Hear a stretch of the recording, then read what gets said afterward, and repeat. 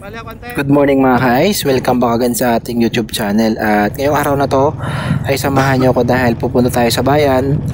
At the same time ay ipaparehistro natin yung motor, tapos kukuha tayo ng sticker mga guys, no? Samahan nyo ako sa travel natin ngayon. Ang travel natin ngayon ay from Barangay Sampong papunta ng Poblasyon. So sa tingin ko it takes 15 minutes to 20 minutes na travel natin, kasi itong daan natin mga guys ay medyo makipot lang dito. Tapos from Barangay Sampong tapos to Poblasyon yata ay nasa 14 kilometers ang layo mga guys. So 7 to 14 kilometers balikan yata to mga guys, no? So ayun, samahan nyo ko sa araw na to mga guys, let's go. At ayun nga, kabababa lang natin doon sa may evacuation center. Yan, makita nyo mga guys yung dinadaanan natin. Ito yung evacuation center dito sa barangay namin, dito sa Barangay Sampong. At the same time, makikita nyo naman yung ating environment dito, napakaraming puno. At ayan, ang kalsada ay saktong-sakto lang sa dalawang magsasalubong na motorsiklo mga guys, no? Kaya naman mga guys ay samahan nyo ako sa vlog na to para makita natin kung anong travel natin kapag kayo ay pumunta or umuwi ng Sibali Island mga guys. Ganito yung makikita nyo na pag-travel natin kapag tayo ay pupunta sa iba't ibang barangay mga guys. At ayan, approaching na tayo dito sa elementary school ng Barangay Sampong. Ayan mga guys, makikita nyo may mga span dyan. At yan yung dyan ako nag-aral ng elementary mga guys, dito sa Barangay Sampong.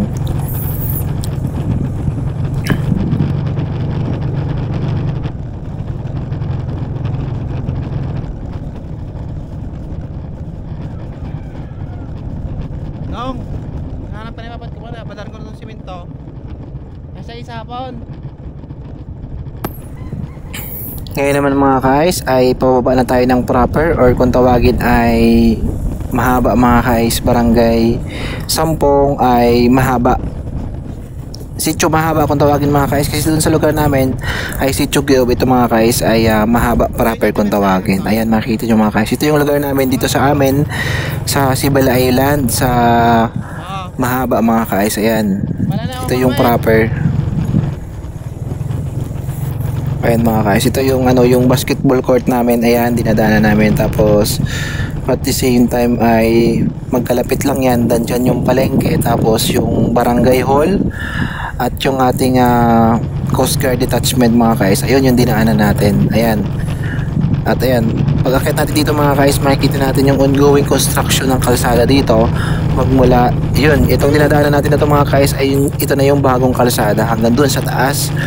Makikita nyo mga kasama natin ng kabarangay dito na nagtatrabaho ng mga guys. Ayan, so dahan-dahan lang tayo dito kasi yung kalsada ay biglang bumababa doon sa pinakaluma kasi ongoing construction. Pwede nang daanan yung bagong kalsada mga guys. At ayan, dahan-dahan lang tayo paakyat kasi ongoing construction sila sa mga projects dito sa isla mga guys.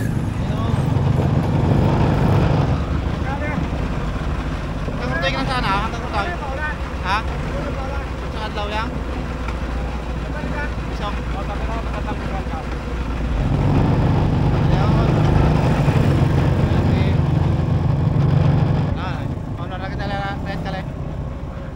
Right kali.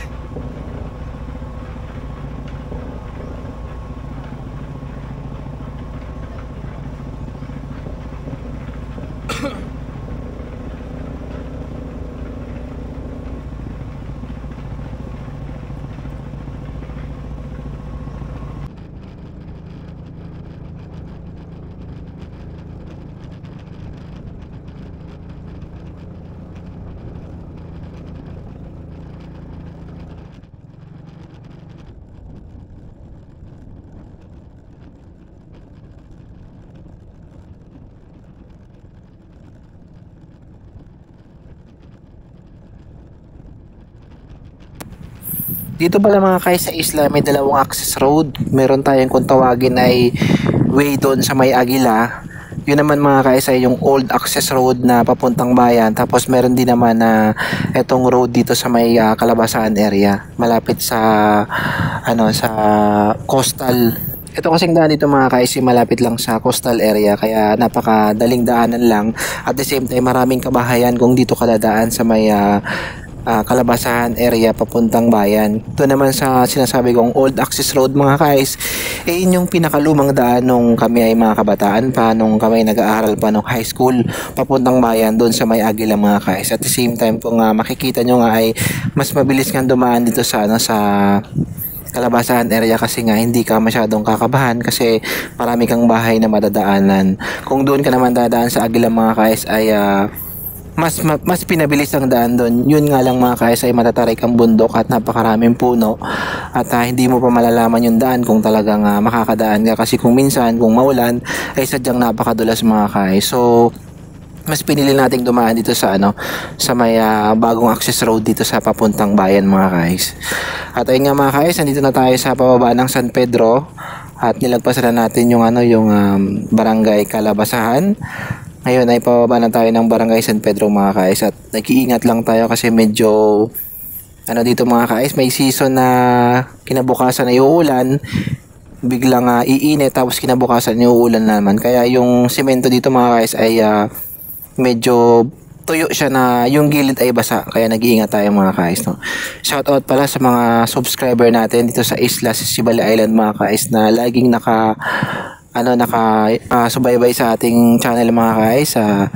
Salamat sa inyong pagsuporta sa aking munting YouTube channel mga guys. Ngayong araw na ito mga guys ay pinagbala tayo dahil napakaganda ng panahon, hindi umuulan at napakaganda ng sikat ng araw mga guys. Makikita nyo naman ay talaga nga namang medyo mainit na at sana wag nang umulan mamaya pag uwi natin, pagkagaling na natin ng bayan mga guys. Okay mga guys, may pagkakataon nga pala tayo ngayon na mag-shoutout, kaya naman shoutout sa ating mga sulit na subscriber.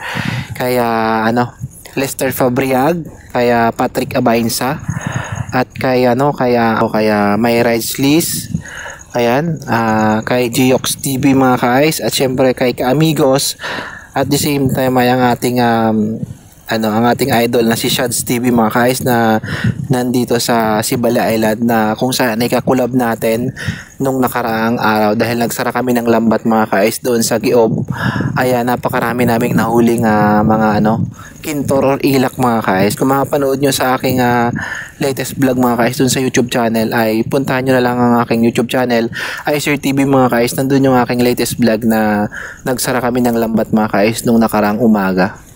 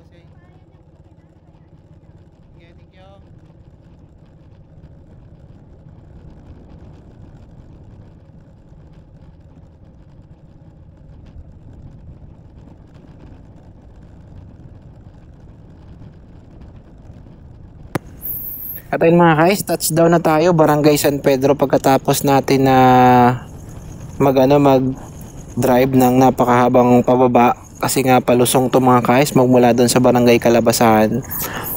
Ay pagkakit natin doon sa may Barangay Kalabasahan, pagkatapos doon mga guys ay palusong na hanggang dito sa may Barangay San Pedro mga guys, sa may Patag.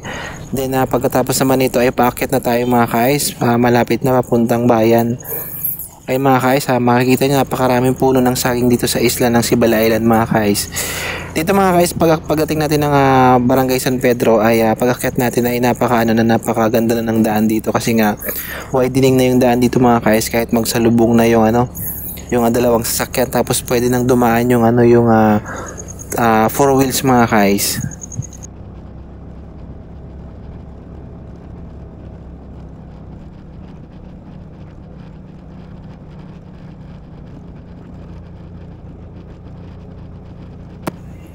Ay mga guys, napakasarap talaga ng daan dito sa may, sa may Barangay Calabasan to poblasyon mga guys, no.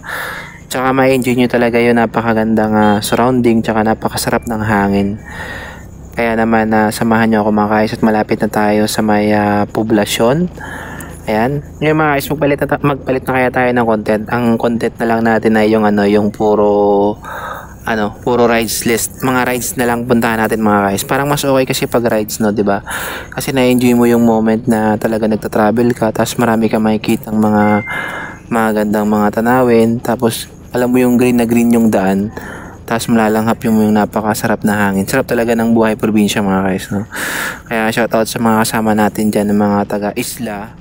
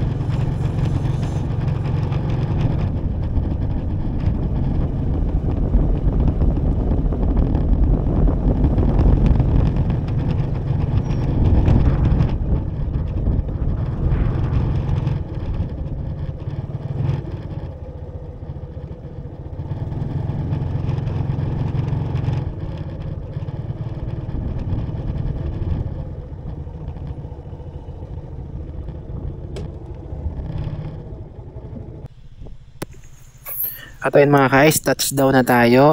Sibali Island, Barangay Poblacion, Port of Poblacion mga guys, nandito na tayo. Kaya naman maraming salamat mga guys sa inyong panonood sa aking YouTube channel at sa ating community. Kung bago lang kayo sa aking YouTube channel mga guys, huwag niyong kalimutang i-like, share, subscribe ang ating YouTube channel para lagi kang updated sa videos na ating ina-upload. Maraming salamat!